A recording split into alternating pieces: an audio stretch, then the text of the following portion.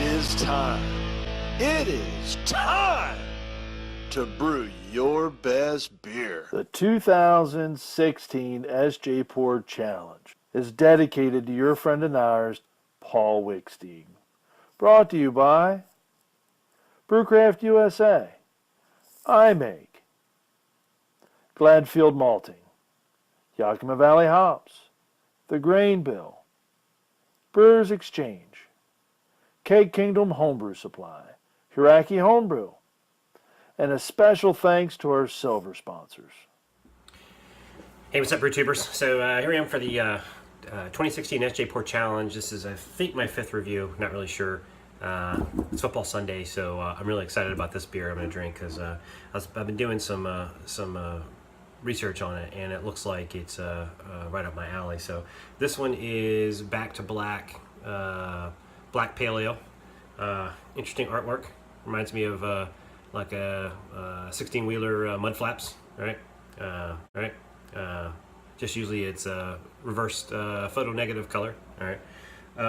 Anyway, I'm gonna have to take the tape off this beer. While I'm doing that, taking the tape off the cap, went online and looked at some more descriptions of it, and I think this is a smaller version of a recipe that this brewer had, according to these descriptions, of a black IPA. So when you look at it, it looks dark, so you're expecting toasty and kind of a porterish type of feel, but actually what you get is something that tastes more like a classic American pale. So that's the description. It is registration number 83P-82R-88D. So 83P-82R-87D. So I think I've got this to the point where I can get the cap off. Uses a late mash addition to technique to extract color. So I would imagine you can also do like cold steeping or hot steeping, and then add the steep grains. That's anything over a certain SRM at the end of the boil, rather than doing the mash, and get less of the toasty character. So they did something similar, just with a late mash addition. So anyway, I'm really excited about this one. It is I don't think I see the 3.9% ABV. It's got 54 IBUs. It started out at 1046 original gravity, and it ended up at 1016, and it was bottled on 5 September 2016. So anyway, very excited about this one. I can get the cap off. Nice little hiss, and I got some stuff coming out. So I think it was bottled from the keg. If you can see this, I'm dripping this all over my counter. Wow, it's got some serious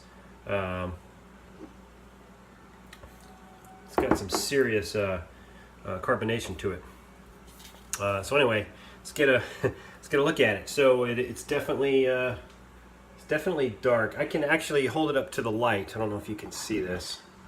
I can hold it up to the light, and I can see through it. So it's pretty clear for a beer this dark. A lot of times when you make porters and stuff, you don't know that the beer's clear until, once it settles for a while, and you look towards the bottom of the glass, you can kind of see a amber hue instead of the dark. So this is kind of like that. So appearance, it's very thick when I poured it. At least it looked thick. So I'm imagining it's got a pretty good hefty mouthfeel to it.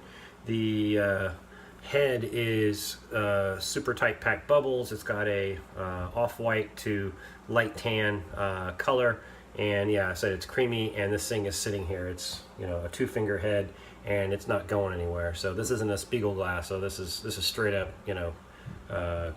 good head retention. So and other than that, it's like I said, it's a deep brown color, I would call it. It's a little amber at the bottom, as you can hold it up to the light and see through it. Actually, you can see through the whole thing when you hold it up to the light. You can probably you can see that. You can see that there. So all right, well, let me go ahead and get a nose. Not getting a hot presence on it, so I wouldn't guess that they did a dry hop. Maybe they did, or maybe the dark grains kind of hide it. And it doesn't mention in here specifically the hops they use, I don't think. No.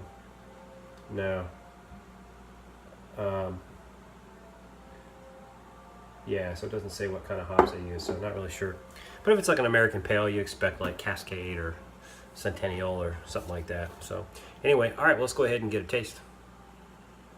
Okay, now I'm starting to get a slight aroma, but it's more of the grain and not so much hops. At least I can't detect the hops. So cheers.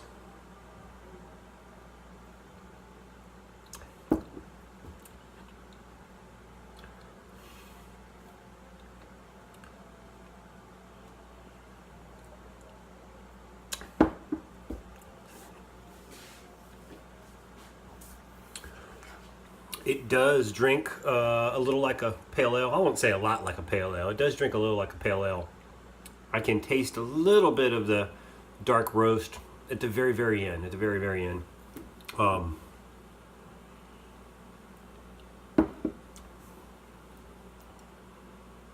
Wow, this is a wonderful beer, though. It's very smooth, and because of the late dark grain steeping, or the late mash addition of the dark grains, you're not getting a real harsh, roasty. Get a little bit of a roasty. It's not completely gone, but it's certainly not what you'd expect when you look at the color of the beer.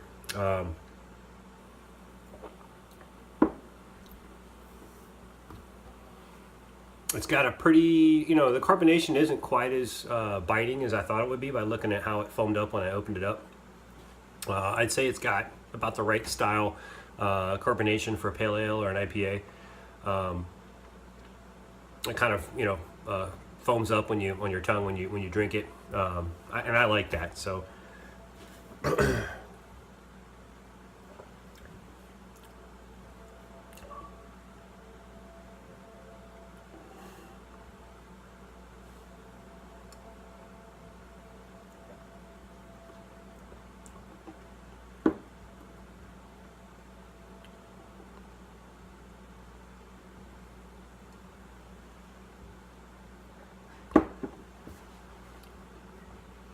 yeah, this is I wouldn't think that, except for kind of the telltale little bit of astringency at the end, which I think is common in a lot of these session beers, because we're trying to sparge every last bit of sugar out of this thing. Because when you make the grain bill for these things, at least I know when I made my grain bill, it was not a whole lot of grain, so I had to do some tricks to, because you can only sparge so much before you drop below a certain, I think 10-10. You don't want to go below that because you start pulling some astringency. So some of these I've tasted, I think that the little bit of astringency at the back end might be because they were dancing around with that. This one here, I'm not really sure. It might be a little bit because of the dark roast, but anyway, if you just taste this thing and you knew nothing about this beer, you certainly wouldn't guess that it was 3.9 ABV. I mean, that's pretty amazing, given how thick the mouthfeel is. It didn't say if they did this or not, but I would, maybe venture to say they might have thrown some oats in here to try to make it a little thicker, because it's quite a bit thicker than you would expect. Yeah, it coats the tongue really well. And I haven't been noticing that on most of the other beers. They haven't had quite the viscosity. Is that the right word? Viscosity. Word of the day: viscosity. They haven't had quite the same viscosity that this one has. So I think the brewer did some pretty neat stuff to give this thing a really thick mouthfeel. So let me take a pause here, and I'll jot some things down and enjoy this a little bit, and then come back with overall impressions. Okay, I'm back here with the Back to Black Black Pale American Black American Pale Ale. So my overall impressions of this beer: really nice beer. I really enjoy drinking it. I think the highlights of this beer, the things that I like the most, is the mouthfeel and the appearance. The mouthfeel, it's a super spot on carbonation. It's a lot thicker than you would expect it to. For a session that's probably not exactly what you want, but I appreciate a good mouthfeel. As far as the appearance, I mean, beautiful color, beautiful clarity. The head was amazing. Even had some lacing for such a low ABV of a 3.9. The only critiques I would make of it is the flavor or the aroma. The aroma, I didn't really notice. You know, I thought, you know, I think with American Pale, maybe the hop should stand out a bit more, and I think maybe some dry hopping or more late hop additions might have led to that a little bit, because I didn't pick up a whole lot of hops. And the other thing is there's some slight astringency and bitterness at the end. So for a sessionable beer, it's, you know, makes it a little tough to keep, you know, pounding these one after another. So, but other than that, really like the beer. Thank you to the brewer that brewed this. I really enjoyed it, and I'm gonna keep enjoying it as I hopefully watch the rest of this Redskins game and hope we don't get clobbered. So, cheers.